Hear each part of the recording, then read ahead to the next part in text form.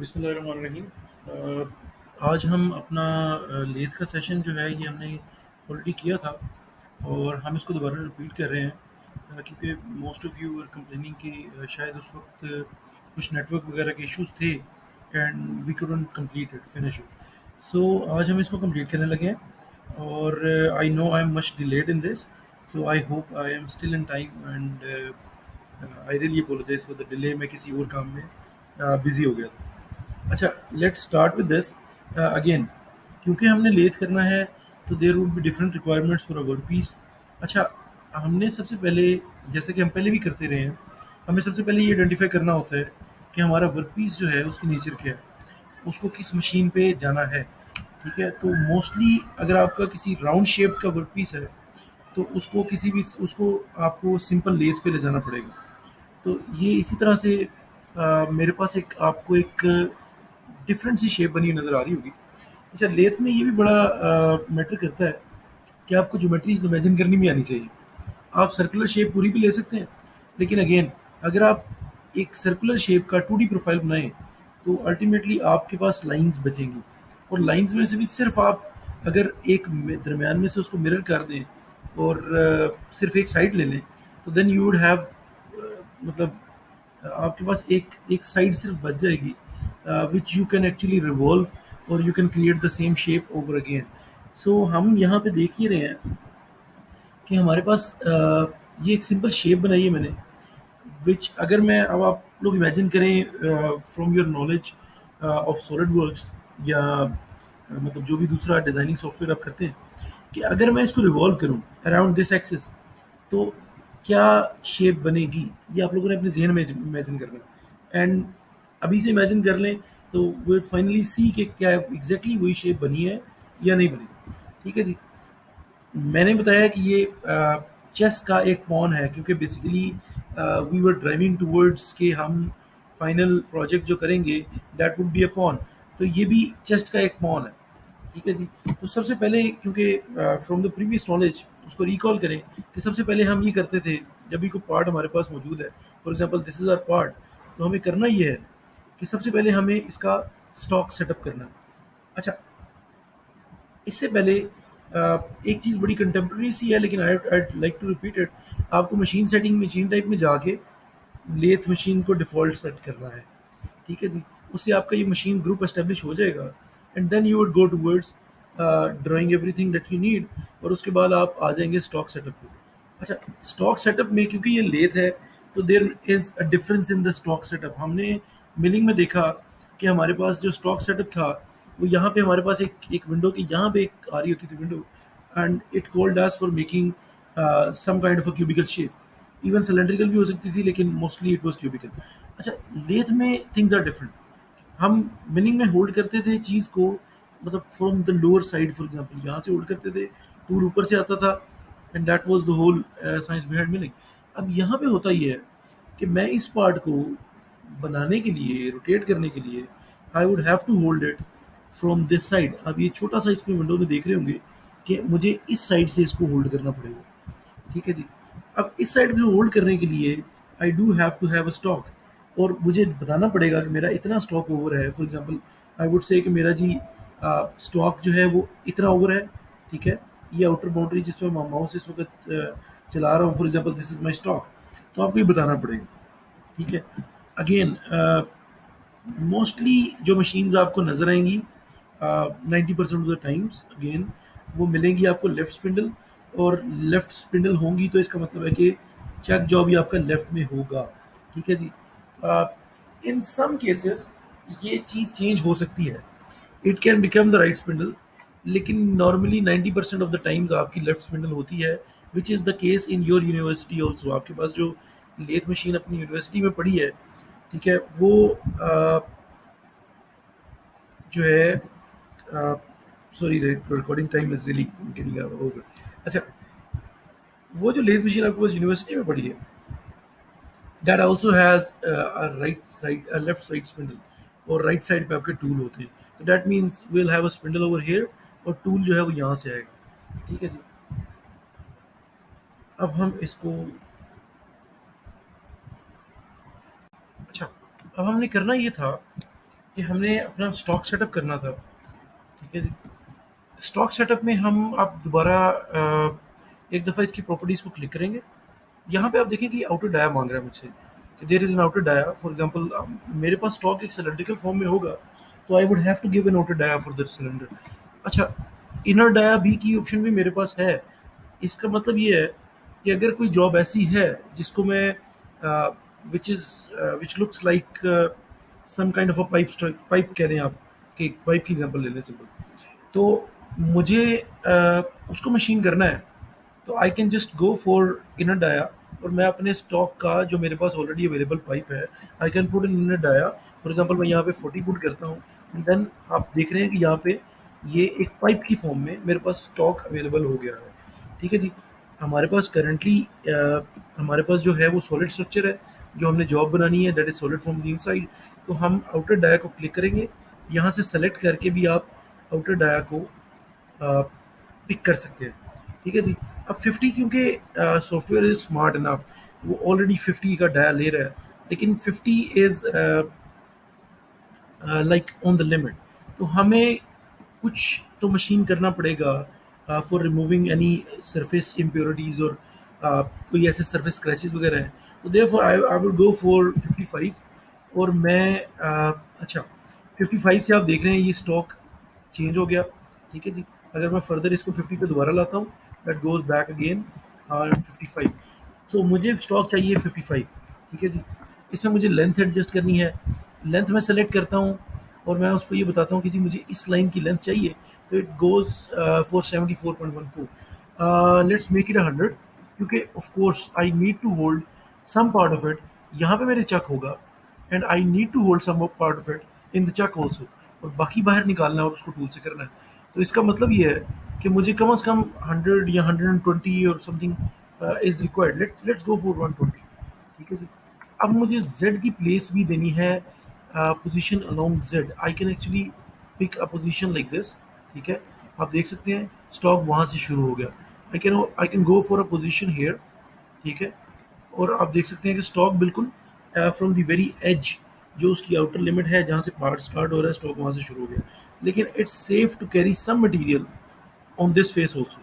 ठीक है जी, ताकि मटेरियल के ऊपर कोई स्क्रैच हो, if there is something else जो आप रिमूव करना चाहते हैं, तो you you should be able to remove it. तो आप स्टॉक की पोजीशन यहाँ पे I can go for 76, and I can see what happens.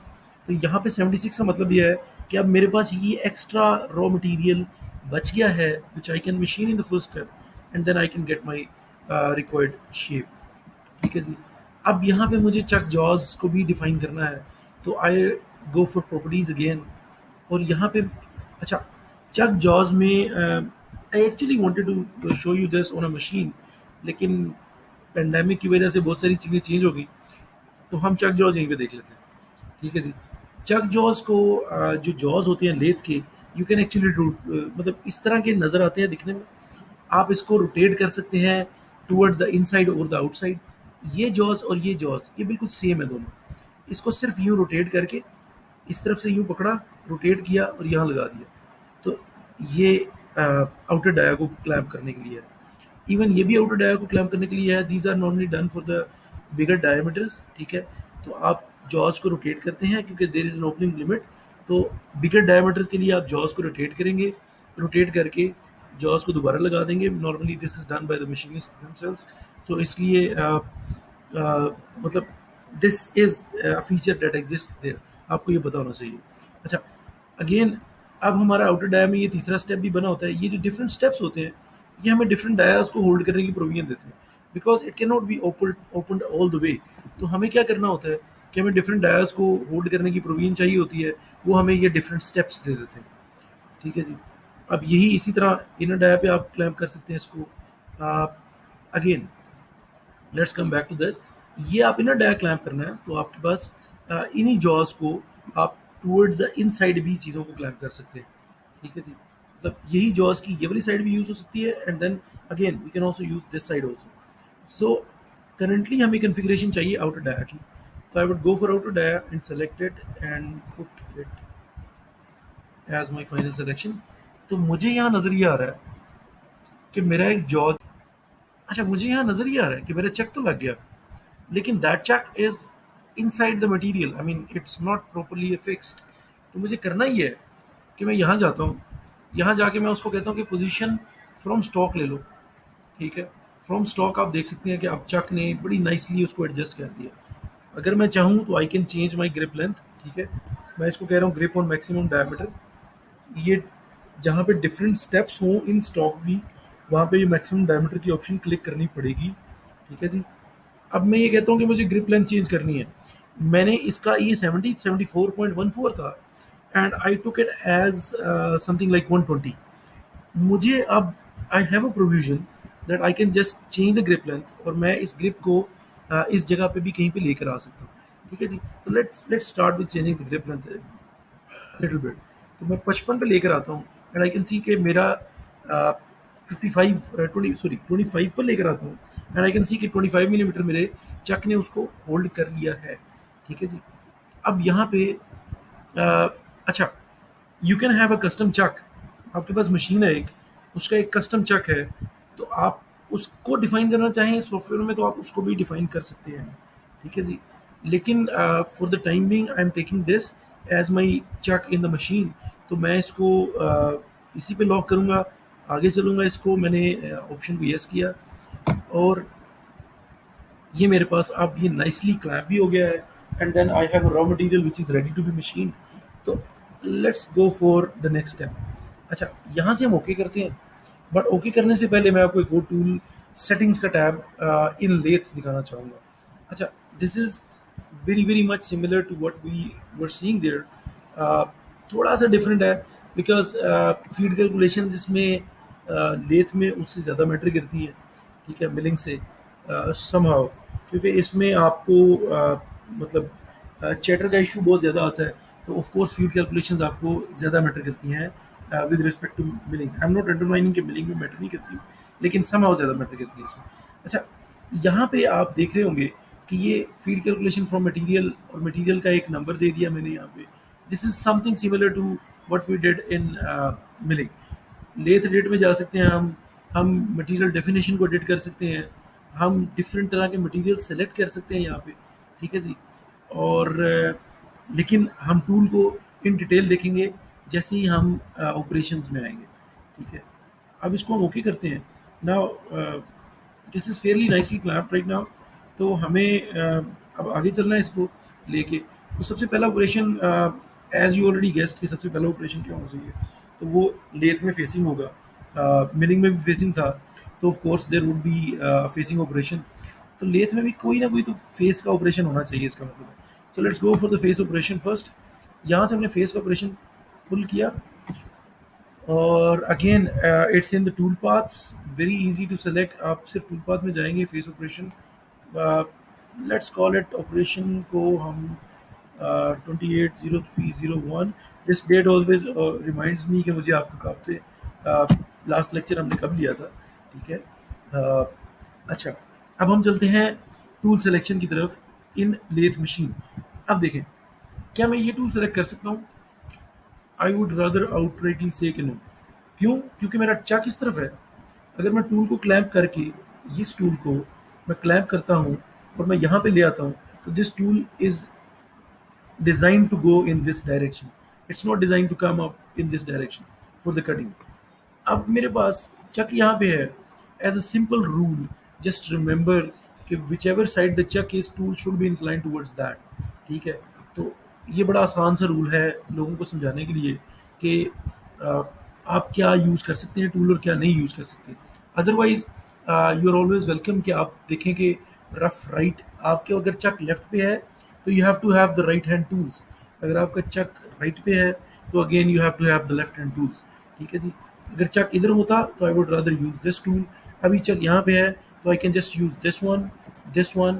ठीक है, अगेन दिस वन, और इसी तरह के right hand tools. And then we have neutral tools which are not right handed, which are not left handed. तो of course they have their own place in this. हम ये करेंगे, हम OD rough right यहाँ से choose किया हमने। ठीक है, and just to show you what happens, मैं इसको जस्ट क्लिक करता हूँ फेस पैरामीटर्स को, एंट्री अमाउंट 2.0 दे दी मैंने, finish step over, let's keep it there. यहाँ पे हम देख सकते हैं कि उसने, क्योंकि मैंने जो ही ज्योमेट्री पिक की, क्योंकि मैंने कोई ज्योमेट्री अभी पिक नहीं की है, तो मैंने जो ही इस ऑपरेशन को फॉर रन किया है, तो इसने सिर्फ एक लाइन ऑटोमेटिकली पिक की है which is available on the material itself, जो हमारा ड्राइंग है। तो इसलिए वो ऑटो पिक उस लाइन को ही करेगा। तो हमें ज्योमेट्री पिक करनी है, तो let's click on geometry right now. उसके बाद हम इसका ये स्टॉक का पॉइंट क्लिक करेंगे और इसको ड्रैग करके then will go for the first point on the job itself. तो ये हमारे पास इसकी ज्योमेट्री आ गई। अब लेट्स रिव्यू दिस। हम इसको रीजनरेट करते हैं, ठीक है जी। और रीजनरेट करके हम इसको देखते हैं कि how is this going on. तो अच्छा, यहाँ पे हम बैकप्लॉट इसका देखेंगे और आपको मैं एक बड़ी इंटरेस्टिंग चीज़ दिखाना चाहता हूँ कि this is just one cut right now. एक कट लग रहा है सिर्फ। It is coming from x axis, ठीक है। लेथ में this is my x axis, this is my Z axis, ठीक है। अब फॉर कन्वेंशन राइट नाउ आप इस चीज़ को छोड़ दीजिए, ठीक है। लेथ में एक्स एक्सिस ये होगा, Z axis would go in this direction, ठीक है जी। अच्छा, और अब ये हमारा एक्स जो है वो नेगेटिव की तरफ आ रहा है, ठीक है जी। अब ये मूव किया हमारा एक्स, और यहाँ हम ये देख सकते हैं कि सिर्फ एक कट लगा है। Maybe I require more than one cuts. मुझे उसकी पैरामीटर, फिनिशिंग पैरामीटर कुछ इस तरह के चाहिए which require more than one cut. तो हम, मुझे करना क्या है, मुझे यहाँ पे रफिंग स्टेप ओवर देना है और मुझे ये बताना है कि I need a step over let's say of 1.0, and then I don't need a finishing step over which is 2.0, rather I would go for let's say 0.1। तो मुझे ये फिनिशिंग स्टेप ओवर 0.1 देना है, and it would automatically I would say it would automatically generate the number of steps required to complete operation from here to here, ठीक है जी। अब मैं इसको क्लिक करता हूँ, again I would have to regenerate my operation. मैंने इसको regenerate किया, then I would look for the back plot again. और अब मैं देख सकता हूँ, पहले इसने 1 मिलीमीटर का एक कट लगाना है, then it would go for 1 millimetre next cut of 1 millimetre, ठीक है। और उसके बाद जो मार्जिन रहेगा that would be 0.1, and it would machine या फिनिशिंग मशीनिंग इस वक्त कर रहा है, ठीक है। और 0.1 के मार्जिन के साथ फिनिशिंग की मशीनिंग कर रहा है, ठीक है। तो ये तो हमारा हो गया सिंपल फेसिंग ऑपरेशन, ठीक है। आई होप कि अच्छा, इसमें ना कुछ चीज़ें जो अभी सिर्फ हमने ओडी राइट तक रहे हैं, ये हम अगले ऑपरेशंस में मज़ीद एक्सप्लोर करते जाएंगे, ठीक है जी। फिलहाल दिस इज़ द टूल। आपने फेसिंग के पैरामीटर्स चेंज करने हैं, you can change it from here. Entry amount कितनी रखनी है, रफिंग स्टेप ओवर कितना रखना है, then you go for finishing step over के वो कितना आपने रखना है। Even number of finishing cuts भी you can define, lead and out को आप डिफाइन कर सकते हैं कि I am taking my tool hair, और उसके बाद मैं टूल अपने को यहीं से कट दे रहा हूँ। इफ़ आई वांटेड कि मेरा टूल यहाँ से लीड इन ले और यहीं जाके लीड आउट करे, तो I can just give a lead in out. यहाँ से मैं इसको क्लिक करूँगा, लीड इन आउट में जाऊँगा, आई कैन गो फॉर एक्सटेंड और शॉर्टन, ठीक है। यहाँ पे मैं एंट्री आर्क डिफाइन कर सकता हूँ, एंट्री आर्क डिफाइन करूँगा, और सिमिलर चीज़ें मैं लीड आउट में भी डिफाइन कर सकता हूँ, ठीक है। फॉर करेंटली मेरा operation is good with what ever it is right now. तो मैं इसको ओके करता हूँ, लीड इन आउट से बाहर आता हूँ, and I click okay, and this is my facing operation right now. अच्छा, इसके बाद आगे हमें करना है, फेसिंग तो हमने कर ली, अगली चीज़ जो है दैट इज़ टर्निंग। दूसरा ऑपरेशन हमें टर्निंग का करना है, जिसमें हमें पहले एक शेप को डिफाइन कर लेना है, इस शेप को, जो कि हमारी ये बेसिक शेप है, ठीक है जी। पहले हम इसलिए इसको रफ करेंगे, ये आप देख रहे हैं कि ये टर्निंग की सिंबल बना हुआ है टर्निंग का। हम इसको रफ करेंगे, and I would rough turn, और मैं इसके लिए एक चेन सेलेक्ट करने का वो मुझे कह रहे हैं, तो I would go for this, then I would go for the other one, ठीक है जी। मुझे यहाँ से चेन सेलेक्ट करनी थी, और उसके बाद मैं आखिरी को सेलेक्ट करूँगा। Whenever this is partial chain, तो मुझे पहली चेन सेलेक्ट करनी होती है, and then I have to go towards the last one. इसको मैं ओके करूँगा, देन अगेन मैं रफिंग में वही टूल दोबारा लूँगा, ठीक है। अच्छा, यहाँ पे मैं डबल क्लिक किया इसी टूल को, now I have this whole catalogue. Lathe में इतनी number of types of inserts और इतनी number of types of geometries होती हैं टूल की, कि आपके पास 700 पेजेस की कैटलॉग्स होती हैं। तो you have to pick the right tool from there. So my right choice here is कि मेरे पास इस वक्त डायमंड शेप की इंसर्ट है, ठीक है जी, जो कि इस टूल में फिट है राइट नाउ। होल्डर मैं देख लेता हूँ, दिस इज माई होल्डर, ठीक है। तो मेरे पास डायमंड शेप की इंसर्ट है which is fitting on this holder right now. मैं इस इंसर्ट की डिफरेंट चीज़ें डिफरेंट तरीके से एडजस्ट कर सकता हूँ, and I do have to adjust these things. Milling में इट वॉज वेरी सिंपल, आप जस्ट एक टूल का डायमीटर पुट करें, उसकी लेंथ पुट करें, you are good to go. Matter नहीं करता उसकी कितने फ्लूट्स थे, मतलब you have to, of course you have to give your cutting parameters according to the number of flutes, but again it doesn't matter how many flutes were there, it doesn't matter कि आपकी uh, जो tool है उसमें मतलब 3 flute थे या मतलब flutes का पैटर्न डिफरेंट था या वो चैटर फ्री टूल था, इट डजेंट मैटर। लेथ में इट डज मैटर अलॉट, आपको एग्जैक्ट टूल की ज्योमेट्री वहाँ देनी होती है, because this point has to touch your work piece geometry. और अगर आप इसके डिग्रीज में डिफरेंस देंगे तो it can just go on hitting the tool, आपका वर्क पीस को हिट करेगा tool, and it can cause a lot of problems. तो आपको थिकनेस भी देनी होती है, आपको कॉर्नर रेडियस नॉर्मली आपको देना चाहिए, but it is not that important. मतलब of course for machinist it is important, but अगर आप नहीं भी देते तो इट कैन डू, ठीक है, जब तक आप ओरिजिनल सिनारियो में नहीं पहुंच जाते जहाँ पे आपको कॉर्नर रेडियस ऑलरेडी मेंशन हो, ठीक है। यहाँ पे हम फाइनली वापस आते हैं बहुत सारी बातों से, और हम देख रहे हैं कि ये मेरे पास डायमंड इंसर्ट है, diamond insert. Even I can go for a type H, ठीक है। एच में भी मेरे पास ये चीज़ मिलेगी, but it won't have edge on both sides, ठीक है। ये इंसर्ट मैं सिर्फ 2 दफ़ा इस्तेमाल कर सकता हूँ, this I can use for 1 2 and 3 4 from this visual right now, ठीक है। मैं यहाँ से इस्तेमाल करूँगा, ये कॉर्नर डैमेज होगा, मैं उल्टी करके इसको दोबारा लगाऊंगा, आई can use this one up here, और उसके बाद मैं इसको करूँगा, दोबारा स्क्रू उठाऊंगा, उसकी जगह पे ये इंसर्ट का ये कॉर्नर इधर ले आऊँगा, I can use that corner. So मतलब number of corners can be used on this insert. Of course इसके अपने एडवांटेजेस हैं, इसके अपने एडवांटेजेस हैं, ये रिजिड है, दिस इज़ लेस रिजिड, और इस तरह की बहुत सारी बातें हैं, ठीक है जी। अब इसी तरह मेरे पास जनरल टर्निंग के टूल्स हैं, मेरे पास थ्रेडिंग के टूल्स हैं, ग्रूविंग एंड पार्टिंग के टूल्स हैं, boring bar, drill and reamer and custom tools can be there, ठीक है जी। Even I can draw a tool और मैं उसी को लेथ में अपनी लाइब्रेरी में सेव कर सकता हूँ, ठीक है जी।